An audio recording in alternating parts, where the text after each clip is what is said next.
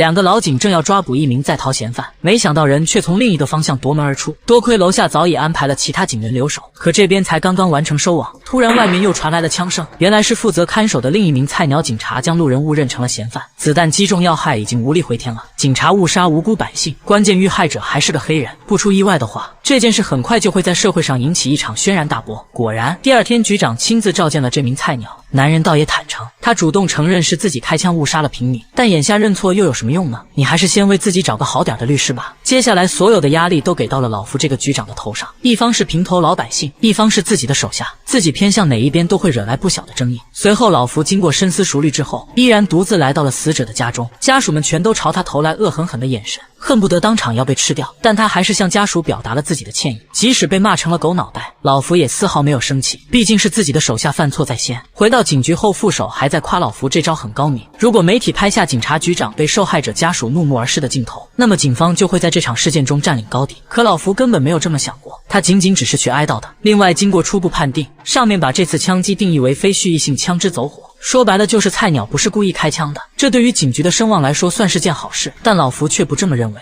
他堅持讓副手召開媒體發布會，聲明此次錯誤在於警方。可這樣一來，警局的兄弟們就會認為老福是個叛徒，手下出了事情，領導竟然連管都不管，而且還幫着外人說話，以後還有誰會死心塌地為他和警局賣命呢？但這還不算是最糟糕的，那名開槍的菜鳥警察居然又出了意外，數十名警員将他家圍得水泄不通，他的妻子也焦急地在外面祈禱。隨後老福馬不停蹄地趕到了現場，在場警員看他的眼神都有些鄙夷不屑了。原來菜鳥此刻正拿槍瞄準了自己的腦袋，所有人都不敢轻舉妄動。老福堅持要進去和他聊一聊，而且並沒有穿防彈衣。外面所有的警察都瞪大雙眼注視着屋內的情況，生怕再發生什麼意外。可你看看老福进去後咋幹的？他用十分強硬的語氣命令菜鳥放下槍聊一聊。菜鳥被眼前這個男人的氣勢給唬住了，他緩緩放下了槍，手依然在不受控制的抖動。是的，他害怕了，他深知以後每天都會活在痛苦和內疚中，與其這樣，還不如現在就死去。但真的拿起了槍，他又沒有勇氣扣下扳機。他此時此刻已經沒有了主意。這時老福突然話出驚人，他竟然勸男人留在警局，因為只有這樣以後才能去補償和彌補。既然事情已經發生了，那就學會試着去接受它吧。時間又過去了幾分鐘，只見菜鳥緩緩走了出來，他和妻子緊緊相擁在了一起，也終於體會到了活着真好。隨後老福默默地準備離開，